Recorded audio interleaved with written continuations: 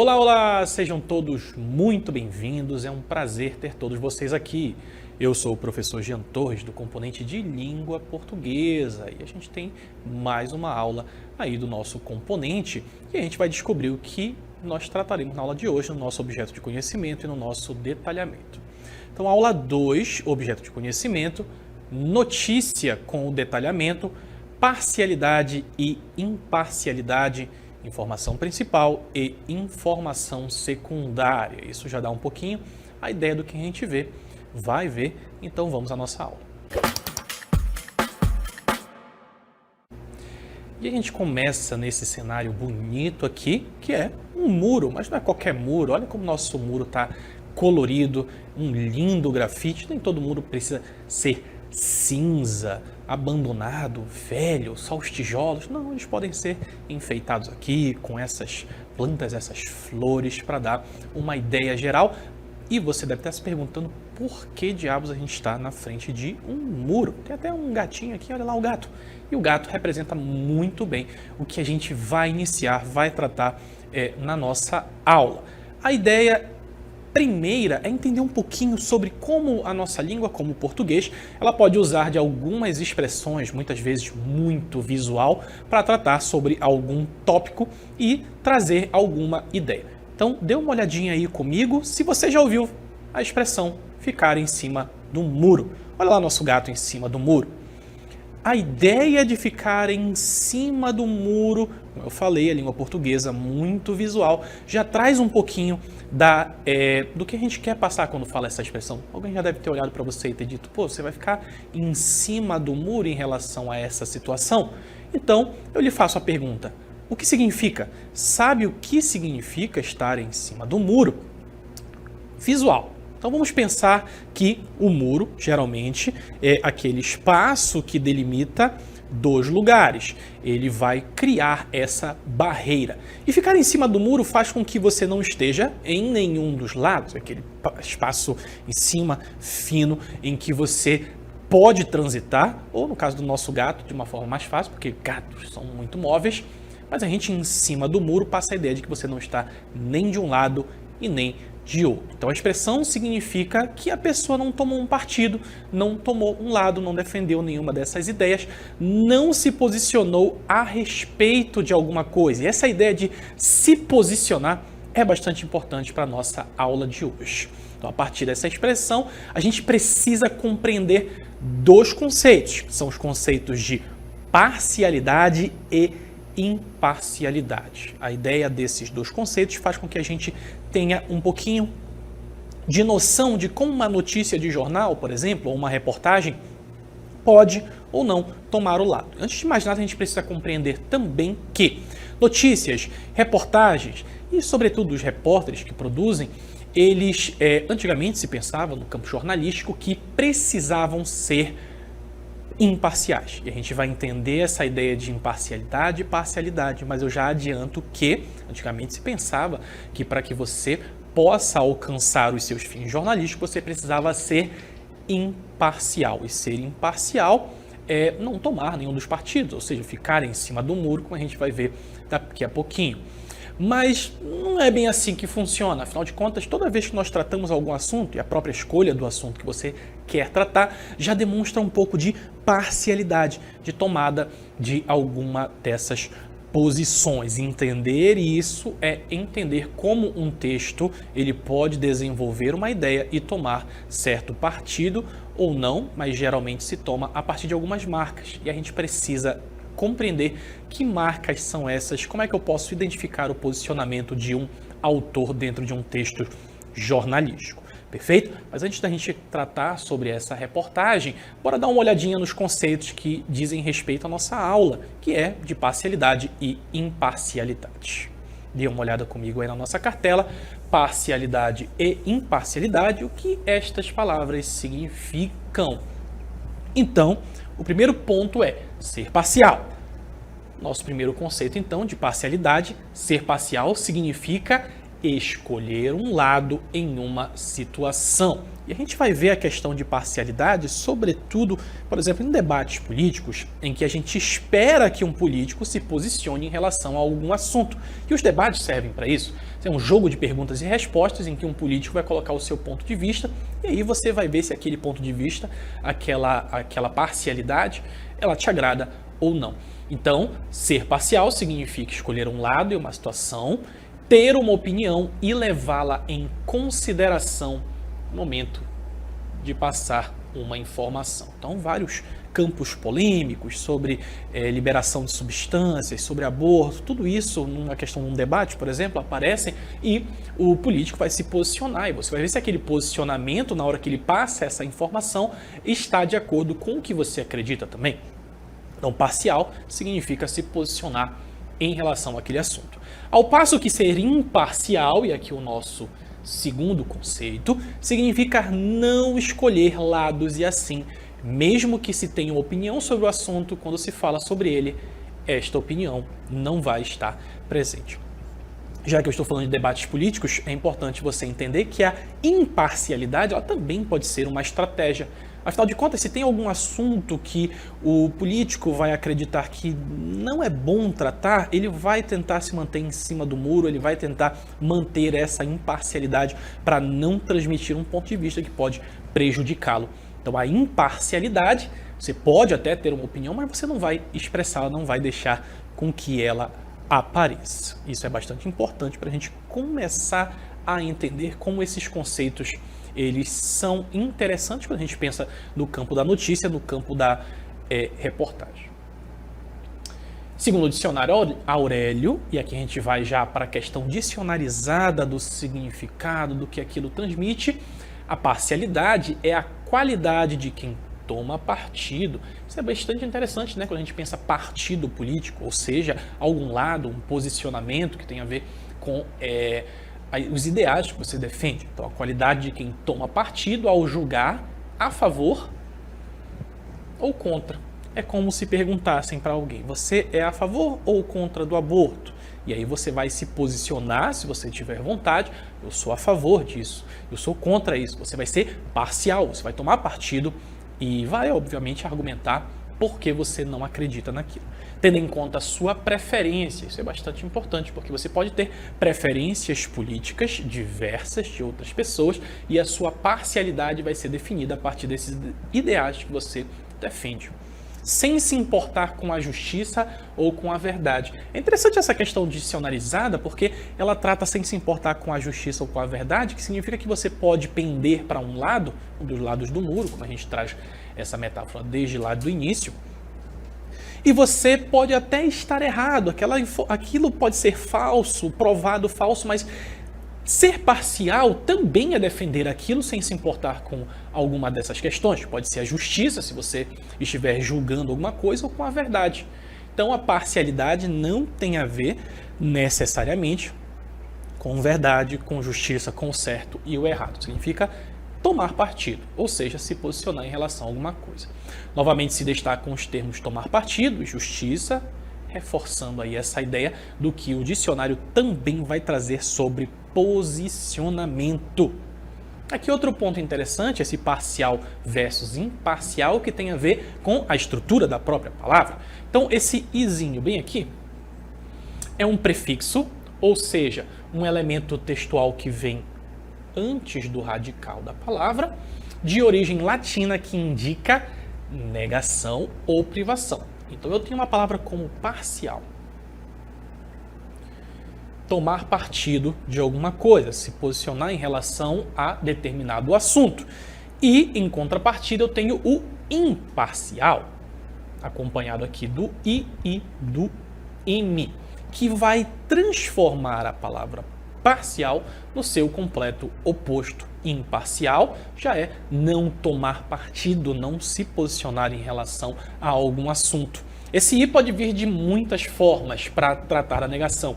Ilegal.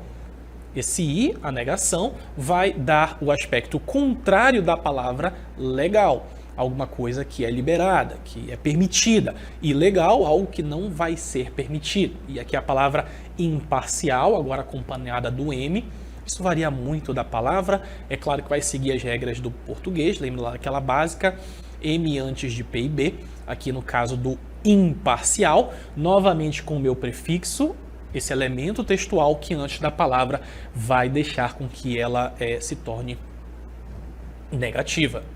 E aqui a palavra inquieto agora, eu tenho aqui o N para seguir a regra do português, mas mantém a ideia de negação, o completo oposto de quieto. Uma pessoa quieta, uma pessoa que não costuma ser bagunceira, que fica ali na sua, no seu canto, inquieto, o completo oposto, uma pessoa que não para de se mexer, que não para de fazer as coisas.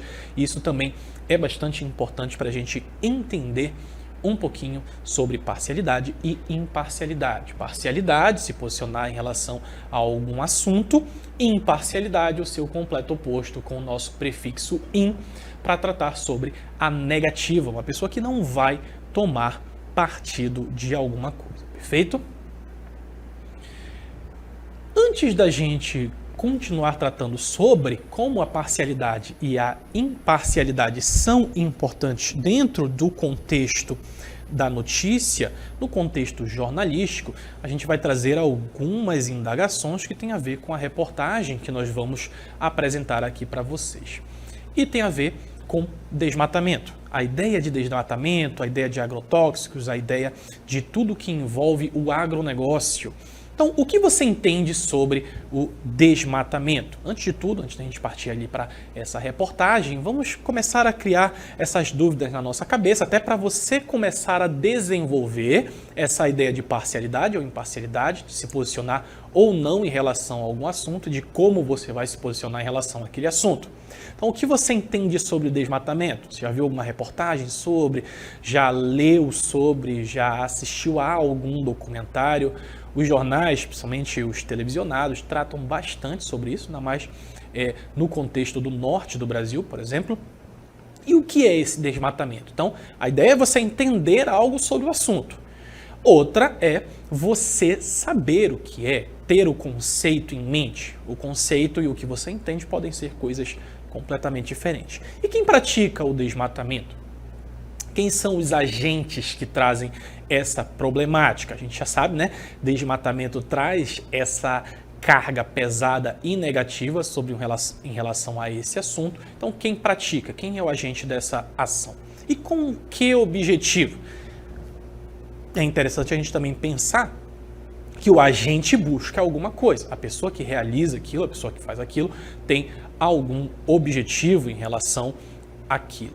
Então, entender, fazer esses questionamentos, é a gente entender um pouco de como a gente pode se posicionar em relação a alguma notícia. E a notícia que a gente vai trazer hoje tem a ver com posicionamento, pois, como eu disse, o jornalismo já buscou ser imparcial, ele já buscou representar um ideal, não representar necessariamente um ideal.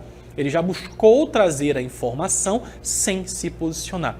Mas é claro que do outro lado é um ser humano, e esse ser humano ele tem posicionamentos que podem acabar vazando de uma forma maior ou menor, de maior ou menor escala, e a gente vai ver como isso se dá. Antes da gente fazer análise da nossa notícia, bora ver um videozinho que traz ela de uma forma ilustrada. Autoritarismo e guerra ecológica. Como monocultivo, veneno e violência marcam a expansão da soja no Brasil. Em setembro de 2021, o Sindicato Rural de Santarém, CIRSAM, emitiu uma nota na qual conclama os produtores rurais das cidades de Santarém, Belterra e Mojuí dos Campos a se manifestarem a favor do então presidente Jair Bolsonaro no dia 7 de setembro. As três cidades estão localizadas no sudoeste do Pará e têm visto desde o início dos anos 2000 suas paisagens, demografias, vida social, cultural e política se transformarem com a chegada da soja e disparada do desmatamento. Seguindo a letra manual da extrema-direita, ao fazer confundir uma proposta de golpe de Estado com a defesa da democracia, ameaçado por forças ocultas, objetivando a derrubada de Bolsonaro, a nota explicitamente conclama por uma manifestação pacífica e paralisação da produção agropecuária. No dia da independência, Assim como em diversas partes do país, múltiplos bloqueios aconteceram na BR-163, que cruza os 3 municípios e é considerada uma das principais infraestruturas para exportação da soja do Centro-Oeste. Embora não seja possível traçar uma relação de causa e efeito direta com o Sindicato Patronal dos Proprietários de Fazendas de Soja do Baixo Tapajós, investigações da Polícia Federal apontam que atos golpistas, país afora, foram financiados e promovidos pelo agronegócio na região que concentra o desmatamento no Pará e que compõe o chamado Arco do Desmatamento. Então essa reportagem é interessante porque a gente já vê desde o início que há sim algum posicionamento. Isso vai ficar bastante claro a partir de alguns termos que vão aparecendo, a partir também da forma como esse jornalista ele vai desenvolver a sua notícia desde o seu título, passando pelo seu desenvolvimento e terminando em alguma conclusão que vai mostrar o que se acha em relação àquele assunto. A gente pode fazer algumas perguntas em relação ao que a gente acabou de ouvir. Como podemos perceber se o autor está se limitando a relatar fatos que envolvem o desmatamento? Será que ele está se limitando? Será que a gente pode, de fato, perceber isso aí, se há esse posicionamento? Ou se ele está se limitando a tratar sobre fatos, a tratar sobre como o agronegócio pode estar interferindo em questões no Brasil, pode estar envenenando os alimentos. Existe essa linha de fato? E que marcas o jornalista deixa de seu posicionamento sobre o assunto? Em qual parte do texto eu posso perceber que ele está se posicionando? A partir de quais marcas linguísticas? Afinal de contas, quando alguém escreve um texto, a escolha das palavras é muito relevante, muito importante para a gente entender. Às vezes um posicionamento ele pode ser menos claro, menos evidente do que em outro. A gente vai ver que nesse texto não há muita dificuldade, não há, na verdade, muito empenho em esconder esse posicionamento. A ideia é se posicionar. E por que é importante analisar tais posicionamentos nas notícias que lemos? Por que é importante que eu entenda qual é o posicionamento de um autor? Por que é importante que eu entenda por que ele tomou certas decisões? E a gente vai entender um pouquinho isso lendo essa notícia que nós acabamos de ver e tentando buscar essas marcas que explicitam ou não o posicionamento. Então a gente tem aí o nosso texto: autoritarismo e guerra ecológica. Eu já quero chamar a atenção para nossa estrutura de notícia, em que eu tenho, primeiramente, um título. Então, o meu escritor, a pessoa que vai escrever essa notícia, o meu jornalista, ele vai buscar um título. E esse título vai chamar atenção para alguma coisa, ele já quer chamar a atenção do leitor e também já tem marcas de posicionamento. Primeiro que ele usa as palavras autoritarismo, entender o que é autoritarismo já dá uma dimensão. A ideia de autoritarismo é o poder centralizado na mão de alguém, decisões centralizadas na mão de uma só pessoa. Então meu jornalista já está me indicando que, em relação à ecologia, ao agronegócio, que é o que ele vai tratar no texto dele, há um posicionamento. Quando eu trato sobre autoritarismo, a escolha da minha palavra, e guerra ecológica. Lembrando que a gente tem aí uma informação primária em que ele vai tratar sobre essa questão do agronegócio, como a gente vai ver no lead, que eu já vou falar o que é, e guerra ecológica, e por detrás de tudo isso a gente vai ver que tem um pouquinho de experiência pessoal do próprio autor. Isso faz com que esse posicionamento ele seja mais marcante. E a ideia de guerra ecológica, primeiro que o uso da palavra guerra, é uma palavra com uma carga pesada, a ideia de que há grupos que estão batalhando entre si. Não é qualquer guerra, é uma guerra ecológica, para tratar sobre ecologia, ecossistema, tratar sobre espaço e agronegócio, como a gente vai ver na reportagem. Então o título ele já vem marcando esse tipo de coisa. Ainda seguindo aqui a estrutura da reportagem, a gente tem a data, a gente sabe que esse texto é de 23, aqui de 2023, o Fábio Zucker é a pessoa que escreveu, é o nosso jornalista. É interessante a gente saber que tudo que vai estar escrito é posicionamento do nosso jornalista, do Fábio Zucker, através das suas experiências pessoais e através das suas pesquisas. Então a gente tem título, a gente tem o autor, E logo abaixo, antes, a gente tem esse item bem aqui, que está em itálico, que a gente chama de LID. LAD, que vem aí do inglês, mas que já foi aportuguesado aqui para líder. Esse LID é uma espécie de pequeno resumo ou de palavras que vão ser palavras-chave para a reportagem do que ele vai tratar. Então, como monocultivo, veneno e violência marcam a expansão da soja no Brasil. Então, a soja está se expandindo. Só que por detrás disso, então vejam como o meu autor já trabalha com essa ideia de posicionamento. Ele vai falar sobre, vai utilizar palavras como monocultivo, a cultura de um só elemento, o veneno e violência. Percebam que essas palavras elas já trazem essa carga de posicionamento, marcam essa expansão da soja no Brasil. Então a reportagem diz, em setembro de 2021, o Sindicato Rural de Santarém, o CISAM, emitiu uma nota na qual conclama os produtores rurais das cidades de Santarém, Belterra e Mojuí dos Campos a se manifestarem a favor do então presidente Jair Bolsonaro no dia 7 de setembro. Então percebam que nesse momento ele está se limitando a dar informação. Tudo isso é fato. Tudo isso aqui tem a ver com algo que aconteceu e que ele está se limitando a resumir, a transmitir para o seu leitor. Na continuidade, ele diz que as 3 cidades estão localizadas no sudoeste do Pará, que também é um fato. Percebam que a imparcialidade ela ainda é a marca nesse início, embora no título e no lead a gente tenha visto que já há um posicionamento.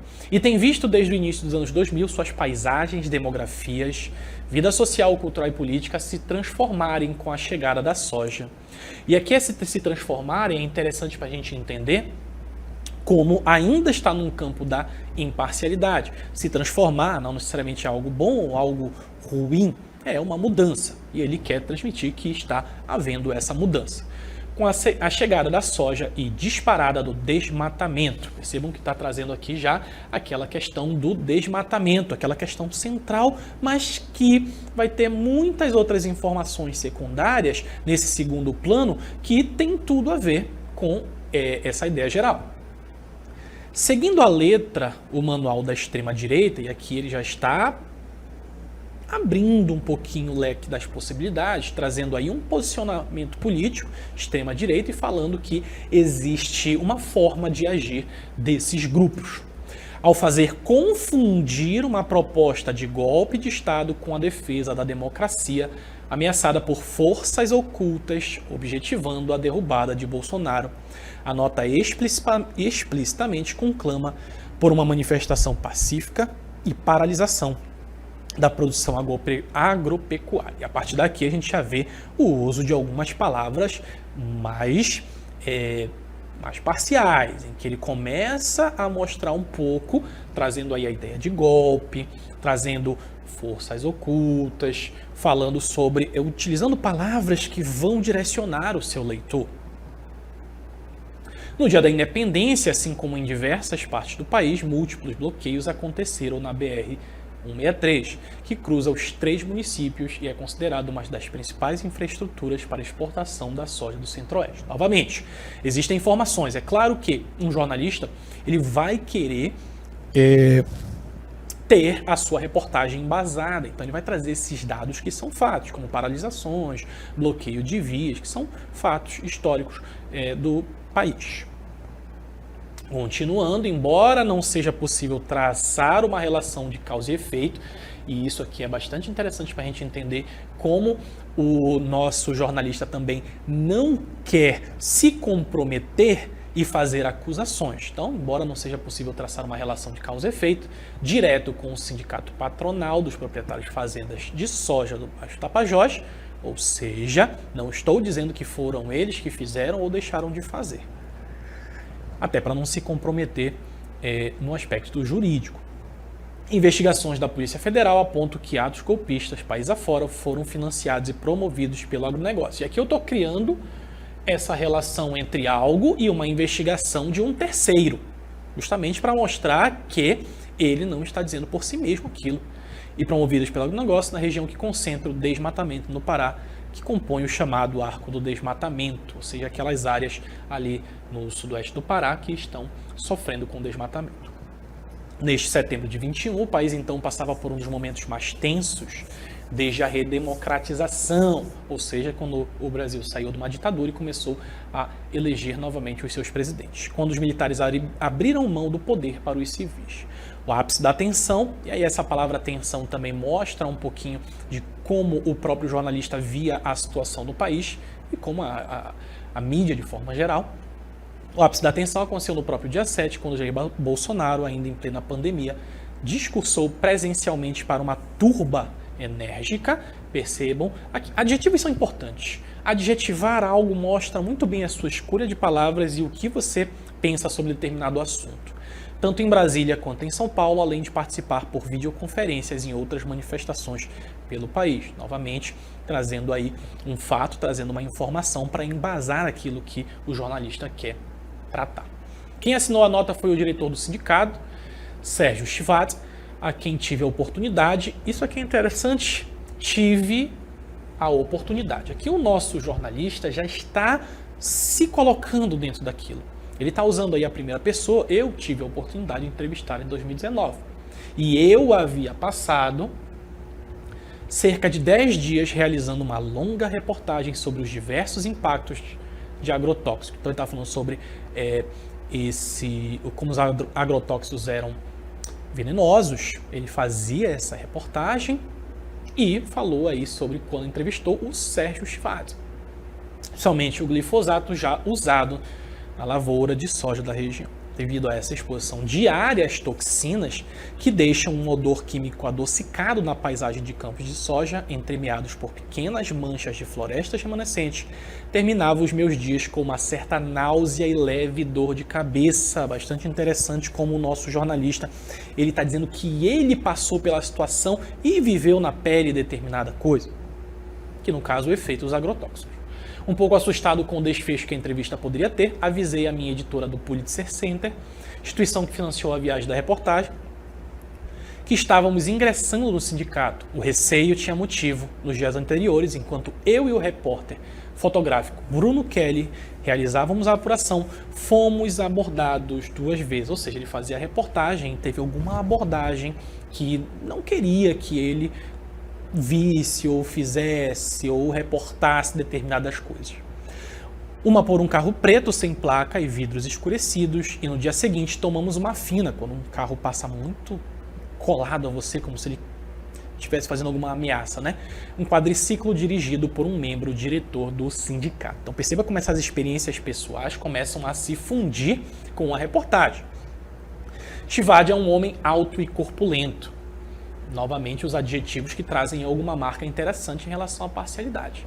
Cabelo preto, espesso, sem barba, passou uma parte significativa da entrevista desconfiado, mais adjetivos, marcas aqui linguísticas interessantes, receoso de que responder e com frequência buscando no olhar de sua secretária um sinal de como prosseguir. Mas aos poucos foi se soltando, tinha um jeito entre simpático e paternalista. Em alguns momentos chegou a tocar meu ombro, falando aí sobre como esse diretor, ele agia, né, como ele era. Defendeu longamente os seus pontos, a soja gera riqueza e empregos para a região, que são pontos do diretor, que vai defender aquele ponto, né? Não produz desmatamento e os agrotóxicos, se utilizados com a dosagem correta, são como remédios. E tal como os remédios, o problema seria o uso excessivo. Em 2018, Chivati participou de uma ação coordenada por sojicultores da região para impedir que uma comitiva da Comissão Interamericana de Direitos Humanos realizasse uma vistoria à aldeia Saizal do povo Munduruku. Então ele está fazendo o contraponto de qual foi a pessoa que ele viu e sobre o que já foi reportado sobre ele. Que, no caso, quando ele termina aqui, Chivati agrediu uma indígena com um tapa, derrubando a câmera que gravava o cerco dos sojeiros, falando um pouco sobre a atitude dele em outra ocasião e como ele se portava agora. Me detenho na figura de Sérgio Chivati porque acredito que ele seja um caso exemplar do agrobolsonarismo. Olha como ele até cria uma palavra para se posicionar, fazer uma associação direto entre o agronegócio e o então presidente. E um dos artífices da guerra ecológica da extrema-direita contra a multiplicidade de formas de vida que representada pela sociodiversidade de biomas brasileiros como a Amazônia e o Cerrado. E aqui ele já está falando objetivamente que há essa relação entre a extrema-direita e a problemática do desmatamento, é o posicionamento que ele vai tomando. Vem utilizando o termo guerra ecológica para descrever esta violenta forma, olha aqui a palavra violenta forma de eliminação das complexas teias de vida que compõem e entrelaçam territórios e pessoas, através do desmatamento, garimpo, barragem de rios, monocultivos e envenenamento por agrotóxicos. Então esse final aqui ele vai se posicionar bastante, não dizendo que acredita em A ou B, mas a escolha de palavras que ele vai fazendo. O termo me ajuda também a dimensionar, no caso particular do agronegócio, este ataque contra a multiplicidade de formas de vida em nome da padronização do plantio. E até aqui a reportagem continua, mas já ajuda a gente a entender um pouquinho sobre esse posicionamento. Então, vocês gostaram da reportagem? Conseguiram perceber esse posicionamento velado a partir da escolha de palavras, a partir de como trata através das suas experiências pessoais? Espero que tenha ficado claro, espero que vocês tenham gostado. Como não há mais nada a ser explicado, a gente vai encerrando por aqui. Fiquem bem e até a próxima.